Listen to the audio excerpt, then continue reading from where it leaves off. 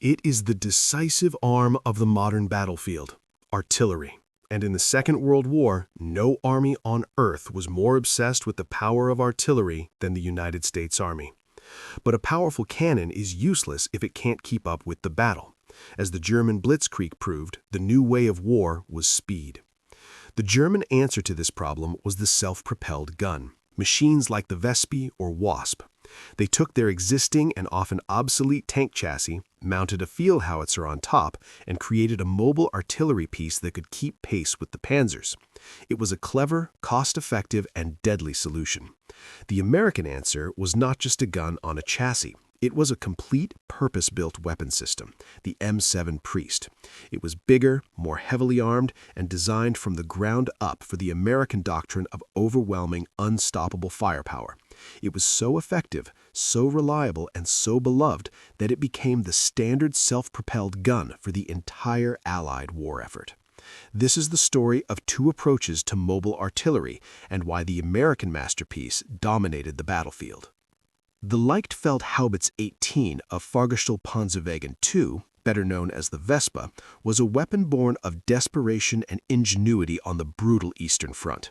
The German Army's standard 10.5-centimeter Leichtfeld howitzer was an excellent weapon, but it was horse-drawn. In the vast, muddy steppes of Russia, it simply couldn't keep up with the panzer divisions.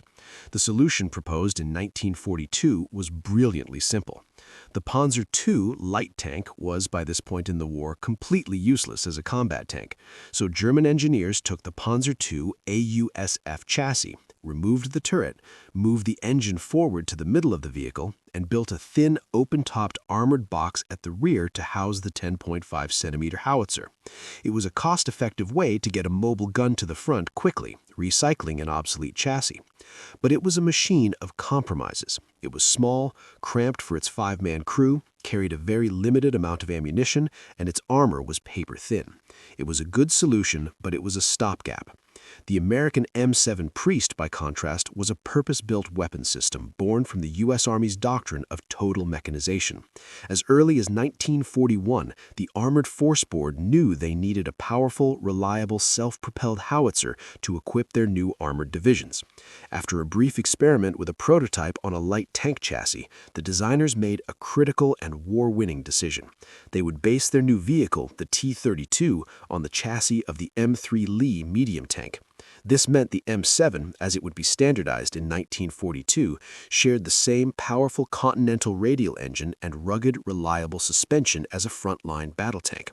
It was mechanically robust, easy to maintain, and could keep up with the Sherman tanks it was designed to support. Its fighting compartment was huge. Its main weapon was the superb American M2A1 105mm howitzer, a gun renowned for its accuracy and reliability. And for self-defense, it carried the legendary M2 Browning 50 caliber machine gun. It was mounted in a distinctive raised ring that gave the gunner a commanding view. British soldiers, upon seeing this for the first time, remarked that it looked like a church pulpit, and the nickname Priest was born. It was a complete and brilliantly thought-out design. Both vehicles were armed with the standard light field howitzer of their respective armies, the German 10.5 and the American 105mm. Both were excellent, highly effective guns capable of providing devastating indirect fire support with a range of over 11,000 yards. The difference, however, was in the platform. The small, cramped Vespe could only carry 32 rounds of ammunition. This was a critical limitation. In a prolonged battle, it would quickly run out of shells, forcing it to withdraw or wait for a vulnerable, unarmored ammunition carrier to arrive. The M7 Priest, by contrast, was a mobile arsenal. It could carry 69 rounds of ammunition, more than double its German counterpart. This meant a Priest battery could sustain a barrage for much longer without needing to be resupplied, a critical advantage in a fast-moving battle. Verdict? A decisive victory for the M7. At their core, these vehicles were a marriage of a gun and a tank chassis. The Vespe was built on the chassis of a Panzer II light tank. This gave it good mobility for its time, with a 140-horsepower Maybach engine and a speed of around 25 miles per hour. It was agile and capable of keeping up with the panzer divisions it was designed to support. The M7 Priest, however, was built on the chassis of an M3 medium tank. This was a heavier, more powerful foundation. It was powered by a massive 400-horsepower Continental radial engine and featured the rugged and reliable vertical volute spring suspension, or VVSS, the same system used on the M4 Sherman. This gave it a higher top speed of up to 30 miles per hour on roads, and its wider tracks gave it superior cross-country performance in the mud and broken terrain of Europe. It was fundamentally a medium tank chassis versus a light tank chassis. Verdict: a clear victory for the M7 Priest. Its more powerful, robust, and reliable medium tank chassis gave it superior tactical and strategic mobility. A weapon is only as good as the men who operate it, and here the design philosophies had a profound impact on the crews. The Vespe was incredibly cramped. Its 5-man crew were packed into a small, boxy compartment with the massive breech of the howitzer dominating the space. In a sustained firefight, this crowded environment would have been a chaotic nightmare of tangled limbs, hot brass casings, and shouted commands. The M7 Priest, by contrast, was designed around the crew. Its large, open fighting compartment was comparatively spacious. The American doctrine called for a larger crew of 7 men, which allowed for redundancy and the ability to split duties. This space was not a luxury, it was a combat multiplier. It allowed the cannoners to pass and load the heavy 105mm shells with speed and efficiency, dramatically increasing the sustainable rate of fire.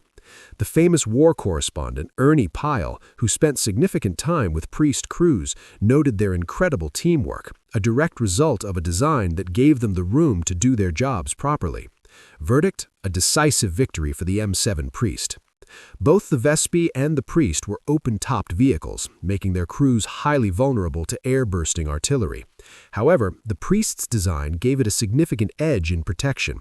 The Vespe, built on a light tank chassis, had a maximum of 30mm of armor on its front. Its superstructure was even thinner. The M7 Priest, built on a medium tank chassis, had up to 51mm of frontal armor. This gave its crew and internal components, particularly the large ammunition stores, a much higher degree of protection from counter-battery fire and small arms. More importantly, the Priest's 50-caliber machine gun gave it a powerful defense against attacking infantry and, crucially, against the strafing enemy fighter bombers that were a constant menace. The Vespe's crew, with only a single light machine gun, could do little against an attacking P-47. Verdict: a clear victory for the M7 Priest. The Vespe was a clever, cost-effective design, and Germany produced around 676 of them. They served effectively, primarily with the panzer divisions on the Eastern Front. The United States produced over 4,300 M7 Priests. It wasn't just a vehicle, it was an industrial tidal wave that allowed the U.S. Army to fully mechanize its artillery battalions. But its impact was global.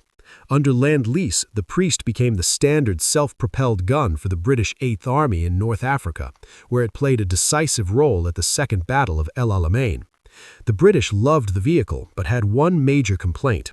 Its American 105mm gun complicated their ammunition supply, which was based on their own excellent 25-pounder.